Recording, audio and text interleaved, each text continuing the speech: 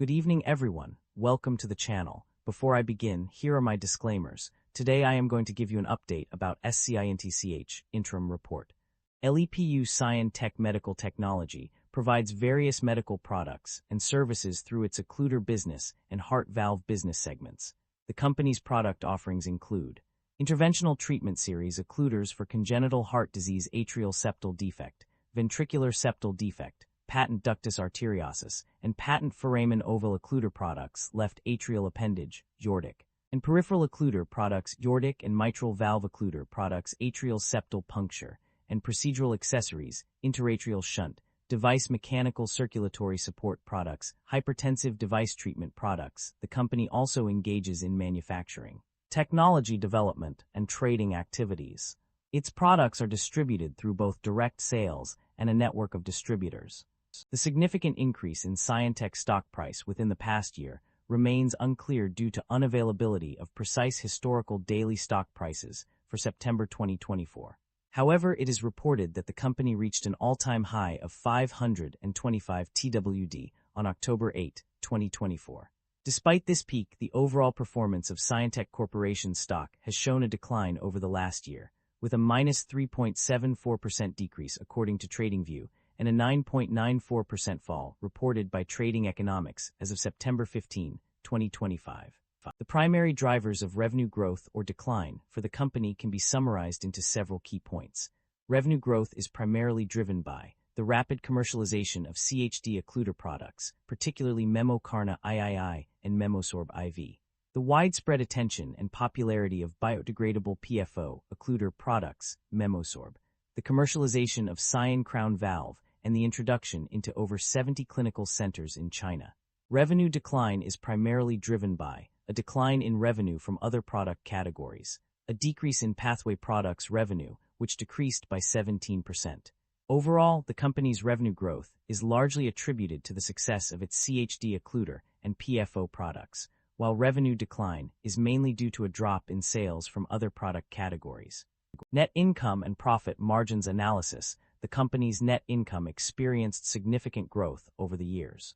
It increased by plus 24.7% from RMB 166,414,425.58 to RMB 206,696,930.14, followed by a further increase of plus 30% from RMB 140,228,466.38 to RMB 182,024,291.38.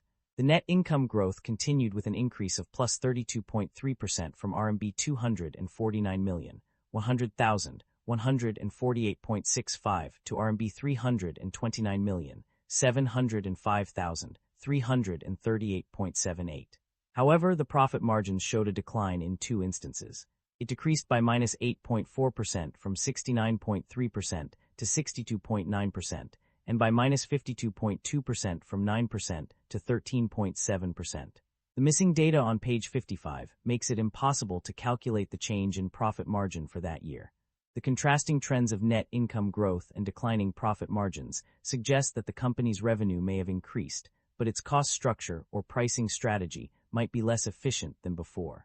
The company's financial performance indicates a consistent generation of positive operating cash flow over the past 2 years. This is evident from the net cash generated from operating activities, which stood at RM 166.8 million in 2024 and remained positive in 2025.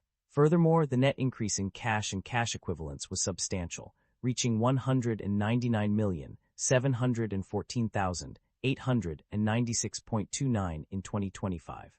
These figures suggest that the company is successfully managing its finances and generating sufficient operating cash flow to support its growth and operations. The company's debt level has undergone significant changes over the past year. Notably, there is no outstanding balance of borrowings as of June 30, 2024 and 2025, indicating a substantial reduction in debt. Additionally, lease liabilities decreased from RMB 1,513,992.96 to RMB 1,146,614.66 between December 31, 2024 and June 30, 2025. In terms of interest expenses, the data reveals a notable decrease.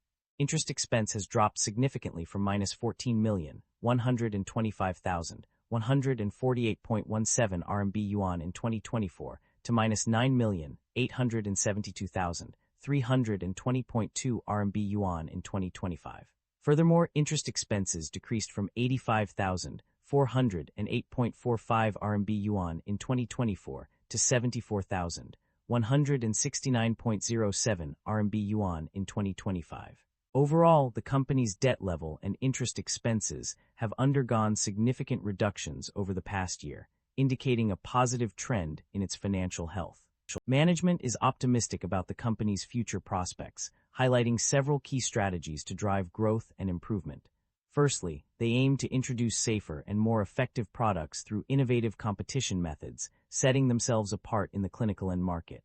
Additionally, the company plans to expand its product portfolio by developing new transcatheter valve systems for patients with specific heart conditions, further solidifying their position in the industry. To achieve these goals, management will focus on several key areas: research and development, sales and marketing, production capacity expansion, strategic investments, and working capital management. By December 31, 2027, they expect to see significant progress in these areas, positioning the company for long-term success. Concerns about inventory buildup and supply chain disruption. The company's financial summary reveals concerns about inventory buildup.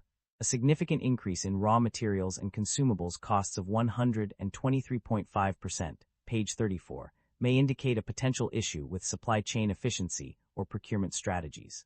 Furthermore, the data on total inventory value shows a substantial increase of $9,249,533 from 2024 to 2025, page 72, with notable increases in raw materials, work in progress, and finished goods.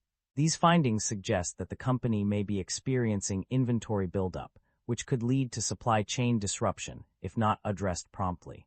That concludes the financial summary for SCIENTECH. Feel free to comment below, and I will be happy to answer them when possible.